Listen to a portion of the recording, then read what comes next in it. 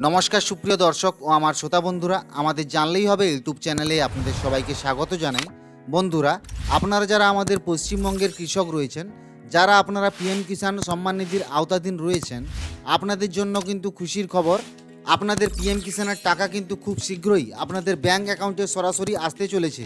কেন্দ্র সরকারের পক্ষ থেকে কিন্তু বিশাল বড় একটি বিজ্ঞপ্তি প্রকাশিত হয়ে গেছে।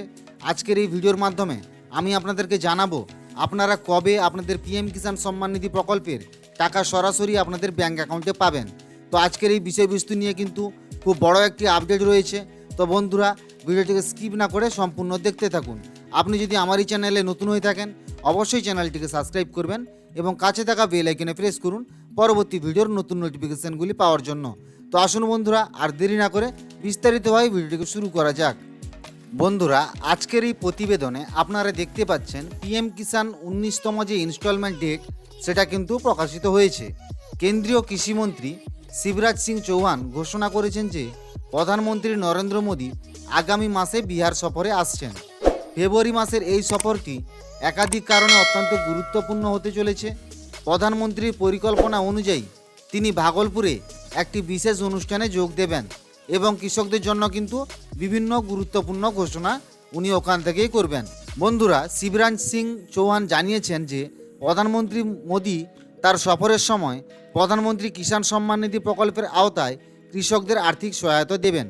এই প্রকল্পের মাধ্যমে দেশের কৃষকদের সরাসরি ব্যাংক অ্যাকাউন্টে অর্থ স্থানান্তরিত করা হয়, যা তাদের কৃষিকাজের জন্য বিশেষভাবে সহায়ক।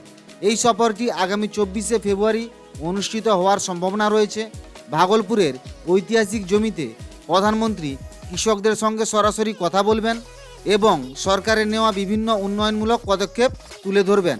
আপনারা বিহার রাজ্যের মধ্যে যে সমস্ত কৃষক রয়েছেন, আপনাদের জন্য কিন্তু বিশেষ উদ্যোগ রয়েছে। কেন্দ্রীয় কৃষিমন্ত্রী শিবরাজ সিং চৌহান বিহারের কৃষকদের পরিশ্রম এবং এখানকার উর্বর মাটির কিন্তু প্রশংসা করেছেন। তিনি বলেন, বিহারের মাটিতে মাখানা ও লিচুর মতো বিশেষ ফসলের উৎপাদন দেশের মধ্যে বিশেষ পরিচিতি লাভ করেছে। এই ফসলগুলিকে আরও উৎসাহিত করতে কেন্দ্রীয় সরকার বিশেষ পদক্ষেপ নিচ্ছে। মাখনা চাষে মেশিনের ব্যবহার।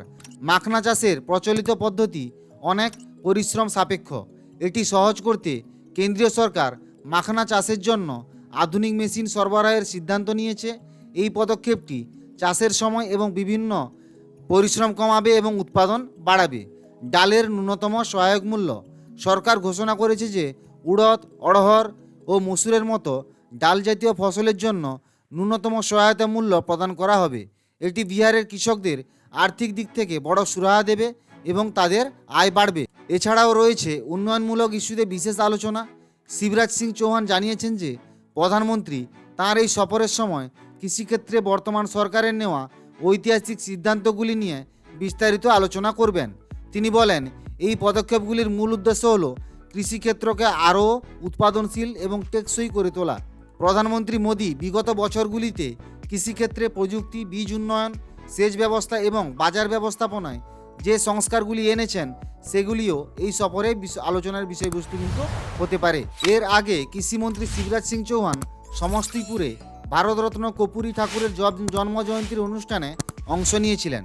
সেখানে তিনি কর্পূরী ঠাকুরের অবস্থানকে শ্রদ্ধা জানিয়ে বলেন যে তার উন্নয়নমূলক দৃষ্টিভঙ্গি বিহারের জন্য একটি আলাদা মাত্রা যোগ করেছিল। এই অনুষ্ঠানে উপরাষ্ট্রপতি জগদীপ ধনখড়ও উপস্থিত ছিলেন। তবে খারাপ আবহাওয়ার কারণে কৃষিমন্ত্রীকে ভাগলপুর সফর বাতিল করতে হয়েছিল। শিবরাজ সিং চৌহানের বক্তব্য বলেছেন যে আসন্ন নির্বাচন সম্পূর্ণরূপে উন্নয়নমূলক ইস্যুভিত্তিক হবে। বিজেপি সরকার বিগত বছরগুলিতে কৃষি, শিল্প এবং অবকাঠামো ক্ষেত্রে যে অগ্রগতি করেছে সেই বিষয়গুলি নিয়ে কিন্তু ভোটারদের কাছে তিনি পৌঁছাবেন। তিনি আত্মবিশ্বাসের সঙ্গে জানান যে বিহার ও দিল্লি উভয় ক্ষেত্রেই বিজেপি জয়লাভ করবে। বিহারের উন্নয়নের জন্য বিজেপি সরকার প্রতিশ্রুতিবদ্ধ এবং এই সফর সেই প্রতিশ্রুতির প্রতিফলন হবে। প্রধানমন্ত্রী নরেন্দ্র মোদীর আসন্ন বিহার সফর কৃষকদের জন্য অত্যন্ত গুরুত্বপূর্ণ হতে চলেছে। এই সফরে শুধু আর্থিক সহায়তা প্রদান নয়, বরং কৃষিক্ষেত্রে প্রযুক্তিগত উন্নয়ন ও কৃষকদের জীবনমান উন্নত করার দৃষ্টিভঙ্গিও স্পষ্ট করবে।